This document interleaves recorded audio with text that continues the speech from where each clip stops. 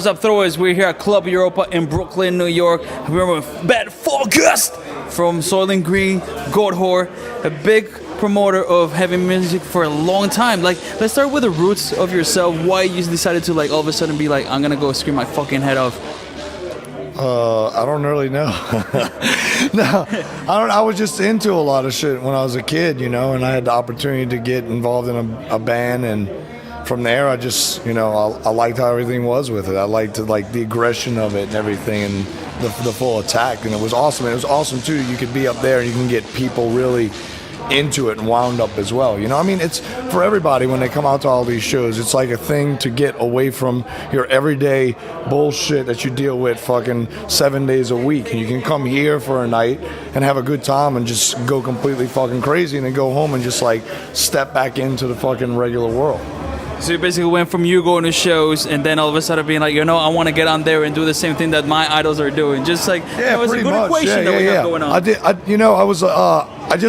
thought it was cool that, you know, people could get up there and do that and get people really into it, you know. And I went to a lot of shows when I was a kid. You know, I went to a lot of shows that some of my friends couldn't even go to because they were in the city or whatever, you know, and some of the parents just weren't about it. But, you know, I did that, and then I hooked up with some guys, and it was just a little band we were doing. It wasn't anything great or nothing, but then that evolved and evolved and evolved into what is now. And you see that with all the bands that play. They started somewhere, whether it's the band they're in now or it was band prior to that they kind of started. Maybe nobody could play the instruments really well, nobody knew anything about it, but it was still like a start of something that you were going after. It's part of the training process. And you were just mentioning your influences. So what were you watching? What were you seeing back in the day that you said, haha, that's what I want to do? I saw a lot of awesome shows. Like I saw Agnostic Front when I was a kid. I saw the Vandals. I saw Creator with DRI, Holy Terror, Suicidal Tendencies. You know, there was a lot of mixture too. I do a lot of metal now, but I listened to a lot of stuff when I was a kid, from punk to hardcore to metal and things like that. And so I really like the variation because there's still a lot of extremes in all the different styles as well. And, you know, it was just seeing those bands play, and it was just the energy behind it and everything was fucking amazing.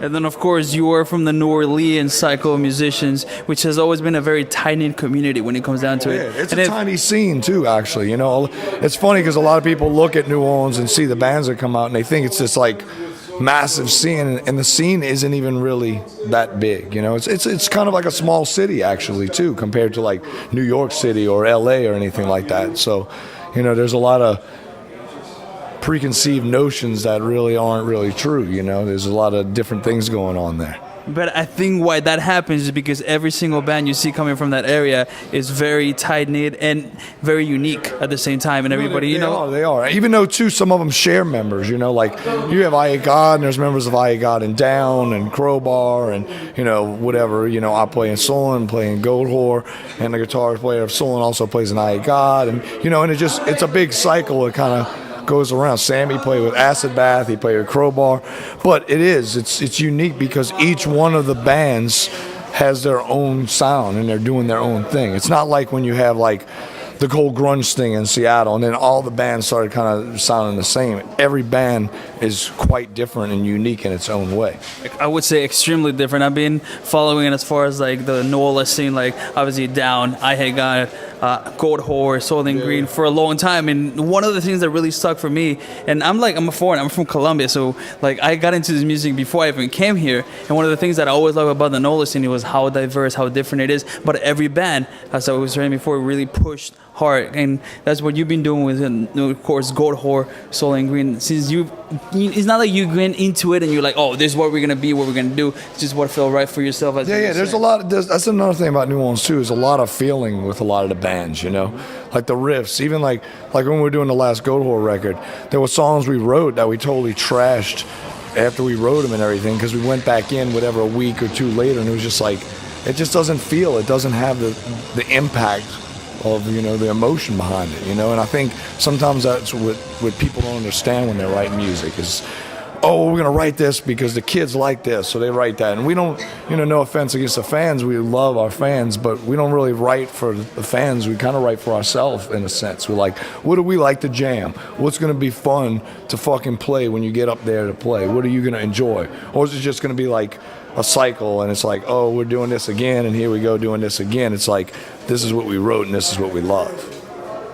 And it comes from the heart, from passion that, as we were saying, from the region that you came from.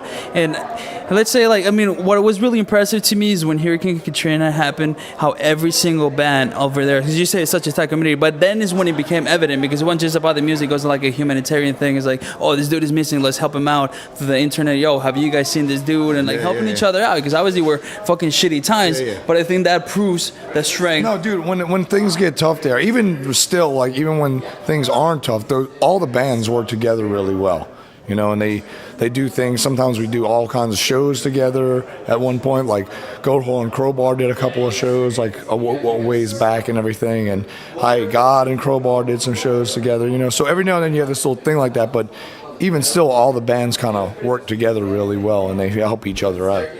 And that way should be from Horza Prox, Joe Shufton, Ben. Any final words for the fans out there watching these? This is always the best question. It's not really a question. Make your statement. Make your voice be heard. Damn, I'm always stumped. This is the only one I'm always stumped on. Just, support bands. Help them out. They work really hard. Not just us, any extreme metal band, any extreme hardcore band, punk, whatever. They live in vans and trailers. They work really hard to bring fucking sick music, and come out and support them, whether you're buying a sticker, shirt, or anything like that. Even if you do steal the record off the internet, go to the show and buy a t-shirt or something and support them and help them out.